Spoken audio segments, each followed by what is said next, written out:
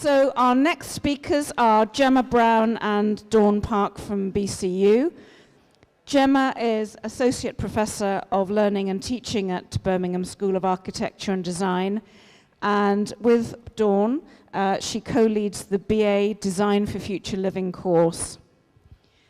This course was developed by the school in 2020 to respond to a number of different challenges, climate, biodiversity, and housing, and to try to address them in an integrated way. And in addition, the aim of the course is to encourage students to develop innovative ways to approaching designing for how we live in the future. So prior to becoming an academic, Jemma worked in architectural practice and also worked in a number of housing and homelessness charities, including running a national network of projects for crisis. So there are some very nice synergies there with other people here today. So moving on then to Dawn.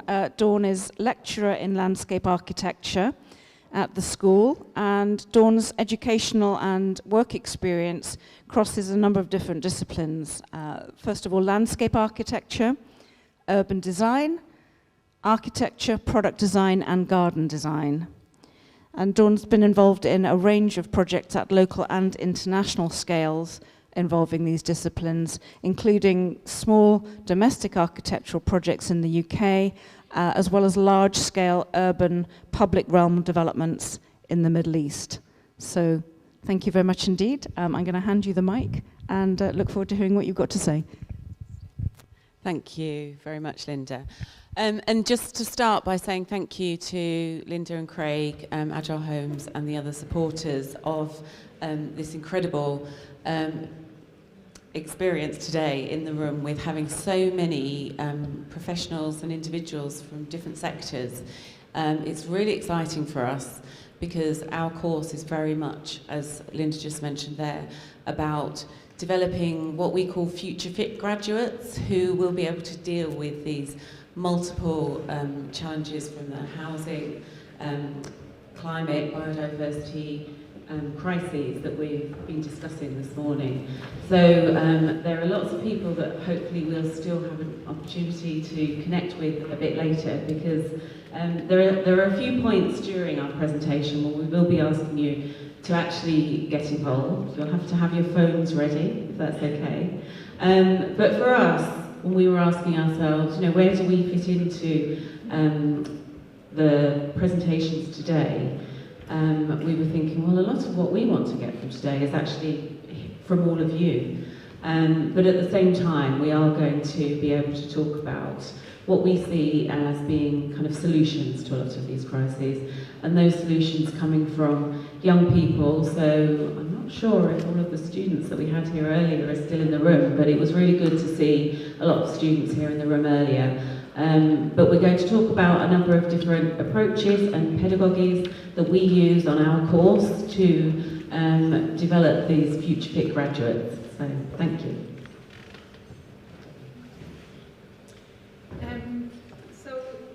The aim of the course really is to prepare students to be critical about the future of how we live. And there are three kind of central strands in that, around design, make and live.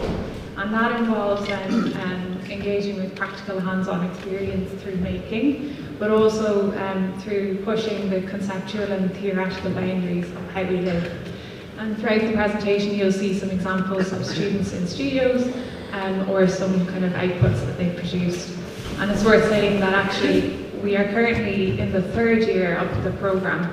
So I suppose this year is a pivotal year for us because it's the first year of graduates, so quite exciting.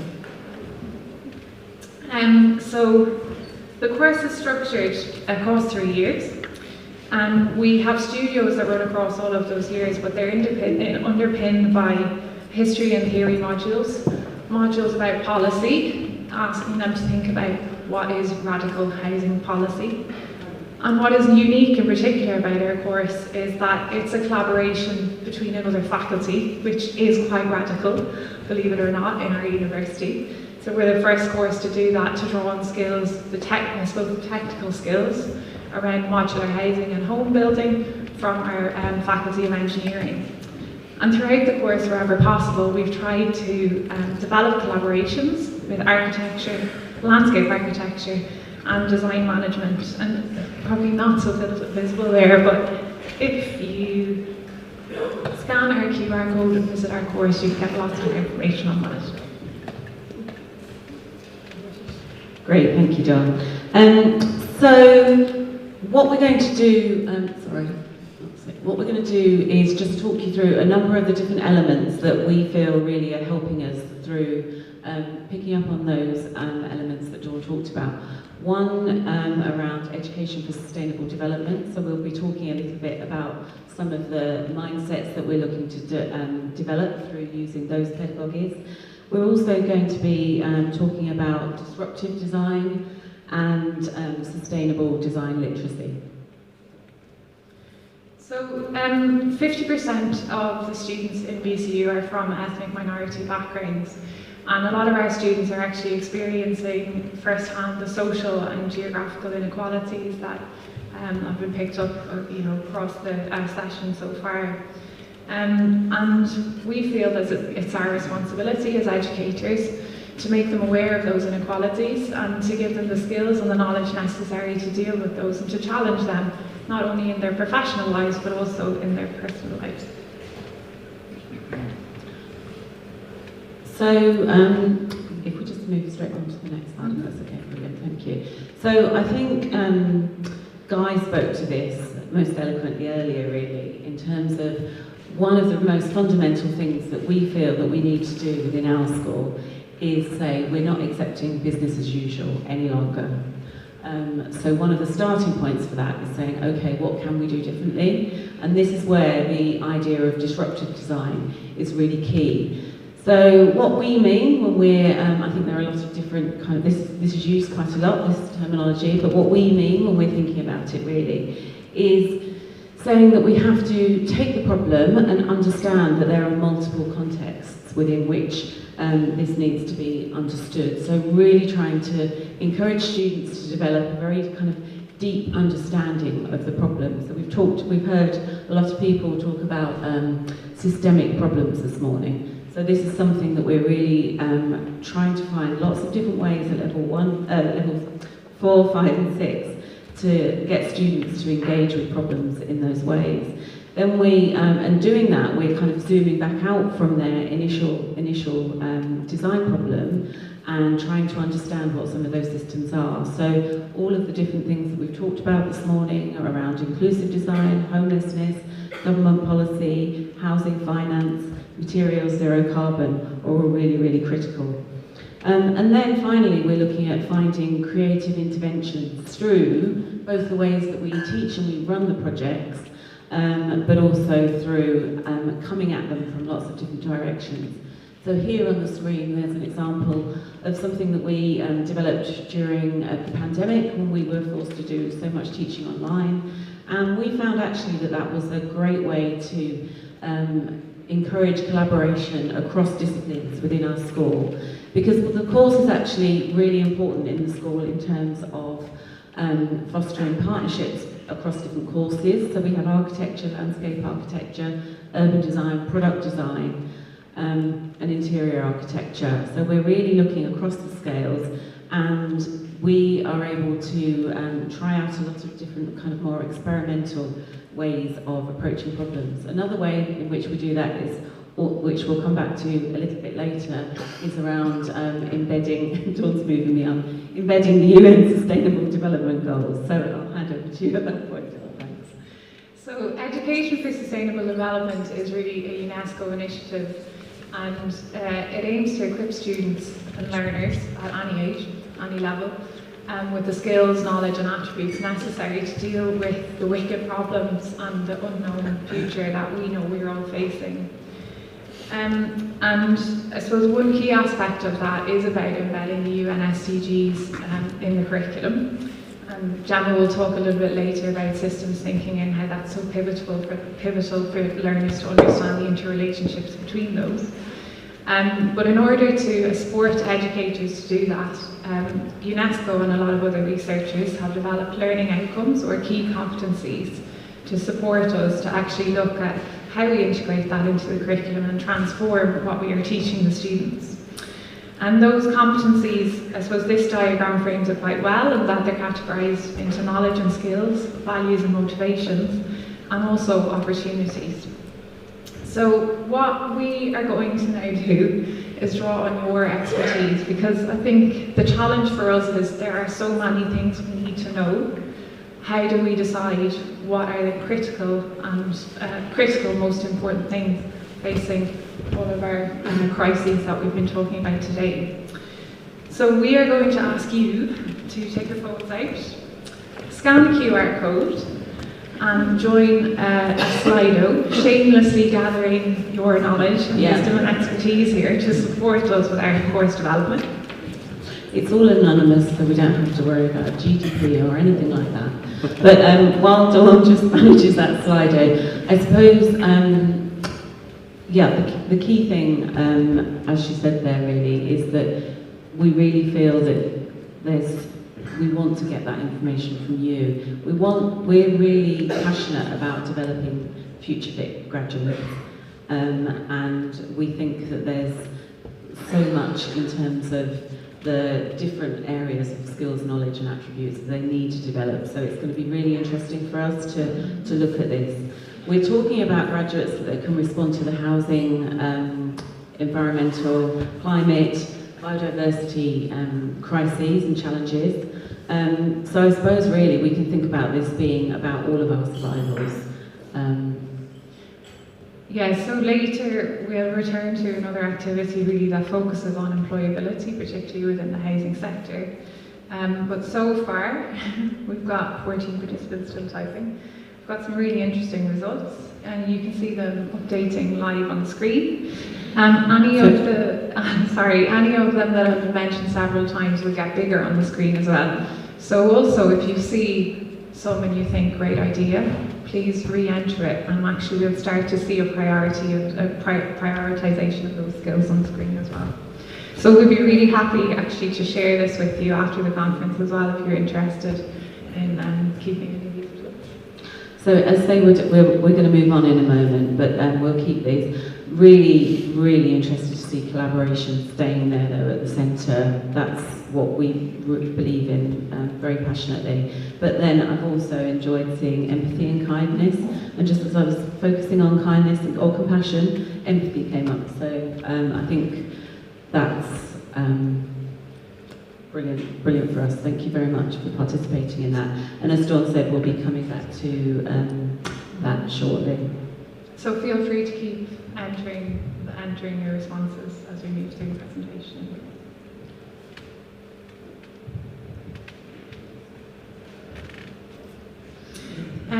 So in terms of those competencies, UNESCO produced this quite interesting, really useful publication that summarises and I suppose brings together lots of different sources to I suppose to categorise these and to really decide what should we be prioritising. And in terms of the competencies, any of you who are involved in design, you will see a lot of similarities in terms of what we would expect a competent designer to be able to do. And anticipatory and normative competency maybe are not phrases that you'd hear quite often. And anticipatory is really about being able to predict the future and to understand the consequences of one's own actions on future outcomes. And the third, their normative competency, is about students being able to assess their own values around sustainability and gauge them against others in society. Gemma? So, here's one we prepared earlier with collaboration at the top of this table. So this slide really summarises some of the ways in which we do this. So we have the key competencies and values and knowledge that we need students to be able to develop, but how we actually do that. And the next kind of couple of slides are going to focus on that. But you can see there, collaboration is one of the key, and we all know that because we're all here together. And from listening to all of the projects that have been talked about already this morning, none of those would have been developed without people working together. So it sounds very obvious, but in the studio, students are quite resistant often to group working because they're so focused on their learning outcomes. So we have to find a lot of really innovative ways to be able to help them to learn about group working and collaboration. So Dawn's moved me on again to systems thinking. As I said, we've touched on this already through looking at the scale of the problem that we're trying to address today, and helping students to engage with those ideas is really at the core of what we're doing. If they don't understand the bigger picture, they're not going to be able to engage with that process of disruptive design.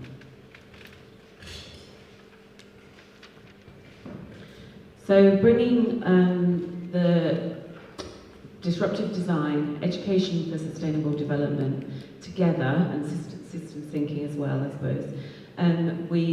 This is the approach that we use to kind of sum up how we're addressing each of the different kind of levels within the course. For us, sustainable design literacy is really about finding ways to address all of those multiple crises in the design studio and looking to finding creative and radical solutions. So actually, next we've given you an overview of the course, and what we'd like to do now is kind of move the discussion on to talking about future-proofing. And we see the course and its potential as, in terms of its contributions to future-proofing society and the future of how we live. But also we want to, again, engage you to help us to, I suppose, future-proof our course. So we've talked briefly about collaboration. The next couple of slides really are about how we develop some of those partnership ways of working with our students. In our school, there's a real commitment to the idea of the civic university and what we can give back through education. So giving back to communities. So there are a couple of examples here that Dawn and I have used in our projects.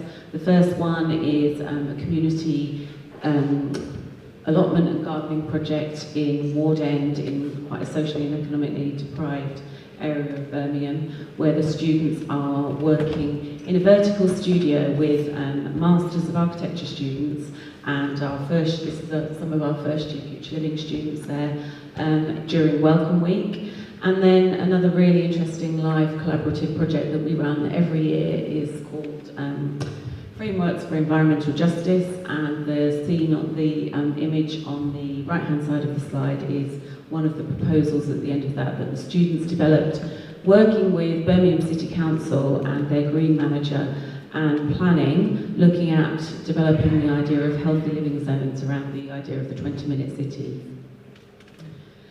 So the other really important part about us being here today is thinking about new partnerships that we might be able to develop.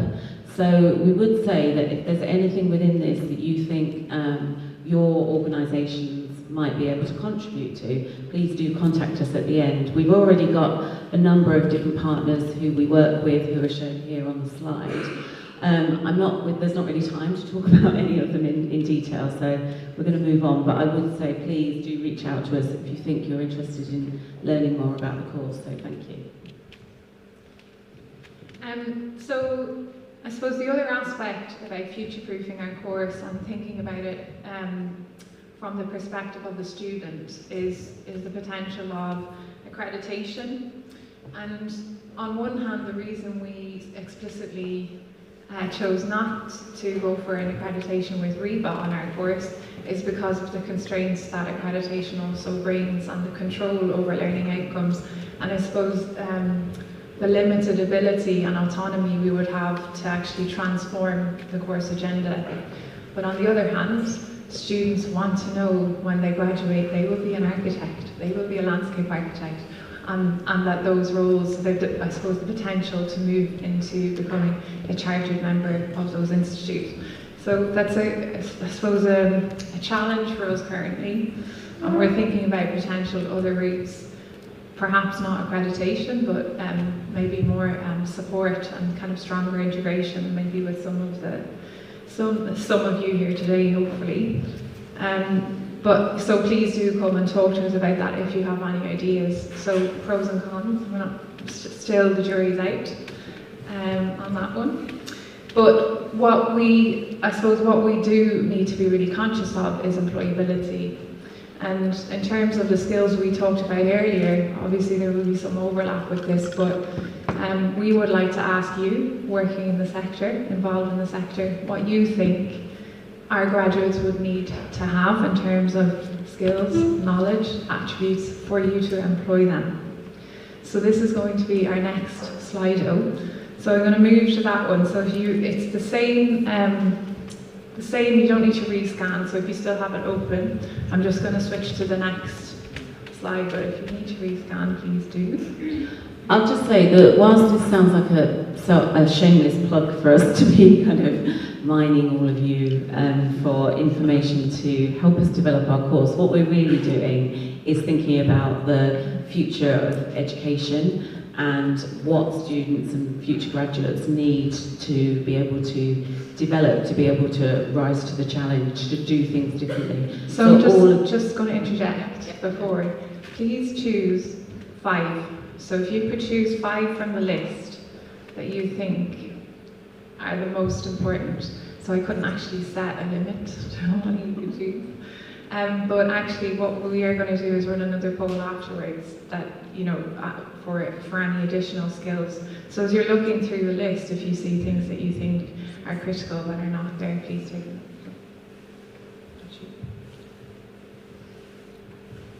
So we'll just give you 30 seconds or so to do this. And I suppose while you're doing that, the other thing that's quite interesting is that we recently polled our students and asked them what do they want to do, where do they want to work when they graduate, and it was quite interesting in terms of the mix.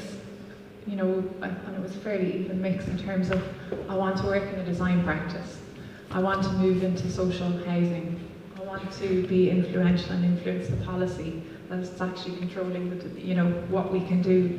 So they were, I suppose, the 3 main strands. There were a few that said, yes, I want to be a housing developer. We still have time to change that. Well, to become a social and ethical housing developer. There's lots of examples of that we've seen today. So it's really interesting there. 67% of you think critical thinking, 68 is the most important competency, followed by creativity, ability to build relationships, which I suppose is a given that you all arrived at a conference today. Communication, problem solving, adaptability, and interestingly, systems thinking, initiative, resilience. So digital skills, yes, although I loved it, I'm so happy that's at the bottom. I was trying to leave it out, but Jemma said no, leave it in. Well, interestingly, you see, we took most of these from the Future Skills report that was published, it's been published for the last couple of years by Kingston University, but then we added in a few extra as well. So we will be looking at those, the way that you've ranked them against that. But I think the fact that those kind of more soft skills are coming out higher is probably because of the audience that we've got in the room. So we've got the last slide of the day. And it is really about suggesting any additional knowledge, skills, values, motivations. And remember this, I suppose this is about future, what we're calling our students, hopefully, what we're trying to achieve are future fit graduates. So graduates that can see into the future, but hopefully project into the future and consider, I suppose, those anticipatory competencies we talked about. So we've got industry experience, social value, socialism. So industry experience is quite an interesting one for us. We do run a module that actually gets the students out into practice, so they have to go on a placement as part of it, and it's, it bears credit, they have to do it. So I'm aware that we're coming towards the end of our time slot, So we built in the interaction rather than necessarily anticipating any questions. But just while you're finishing up on this, if anyone did want to ask us anything, we could take questions now, just very, very quickly. I think we're just kind of at the end. One question, if anyone has any. But otherwise, we'll happily speak to you later on. And thank you for your wisdom. We will use it.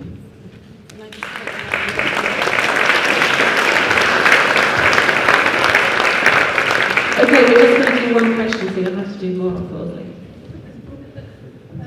Yeah, just wondering if you're going to do any live projects in Bristol. I do have hands on Bristol, a few evenings do live projects here, but yeah. Wow. Interesting. Thank you. Yeah, we've got some connections here in Bristol. Partly, Craig is actually our external examiner on the course, but because we don't have any graduates yet, he's our kind of critical friend and advisor. And then we've got some staff in the school that were at UE, so there's quite a few connections here. So I think it would be so exciting too. We just don't really want to step on anyone's toes. So yeah, we can definitely have some conversations about that. That'd be great. Thank you. Thanks everyone.